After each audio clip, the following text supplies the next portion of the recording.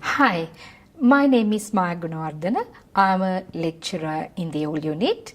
Before we go further into citation and referencing conventions, I would like you to listen to Dr. David Blaser, our Associate Dean Education. Hi, my name's David Blaser. I'm the Associate Dean Education here at UNSW Canberra. Welcome to this presentation on referencing and how to avoid plagiarism. Before you go to the technical parts of the presentation, the parts where you learn how to reference, what to reference, and when not to, I think it's worth thinking for a minute about the nature of knowledge and about the nature of university study. I'd like to actually start you by quoting a very famous quotation from Sir Isaac Newton, who, as I'm sure you know, was probably one of the greatest scientists who's ever lived. Newton said, "If I see further, it's because I stand on the shoulders of giants."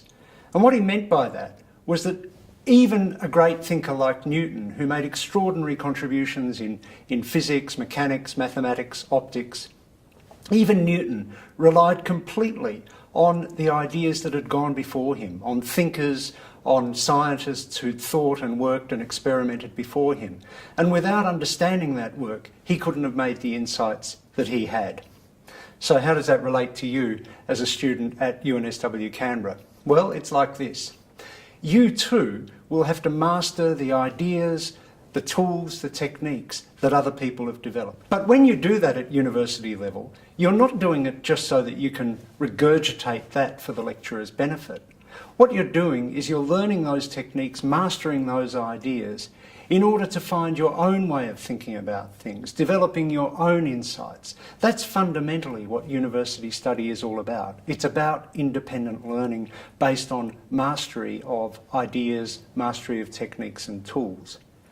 As you'll learn later on in this presentation, each discipline has its own techniques, its own procedures for how we reference work, how we acknowledge, whose shoulders we are standing on as we develop our own independent and critical thought.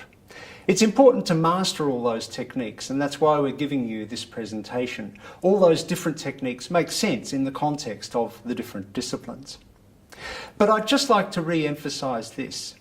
If you always bear in mind the importance of independent thinking in university study, if you always bear in mind why you're reading other people's work and mastering other people's ideas, then, okay, you might make some technical mistakes and it's better if you don't, but you won't go too far wrong with the question of plagiarism.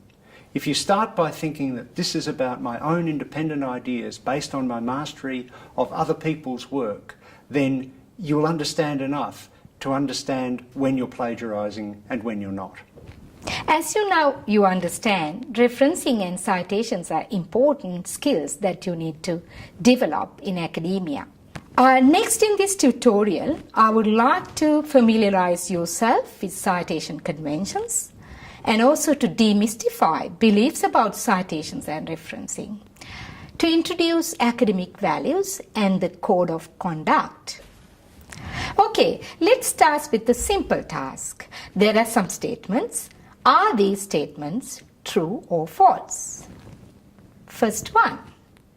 Citations are only used in academic papers, so you spend useless time learning them. Is it true or false? False. Citations are not only used in academic papers. There are other uses and other places that you use citations and referencing. If you are working for the public sector, there may be some instances that you use referencing. Failure to correctly acknowledge the contribution of others could lead to accusations of plagiarism and, extreme cases, legal action. True or false? True. If you fail to acknowledge what you borrow from other sources, you will be accused of plagiarism. That means you steal ideas from others. You don't have permission to steal in academia. You have to acknowledge where you get the ideas from. Next statement. Citations are used to show respect to scholars. True or false? True. You get ideas from scholars.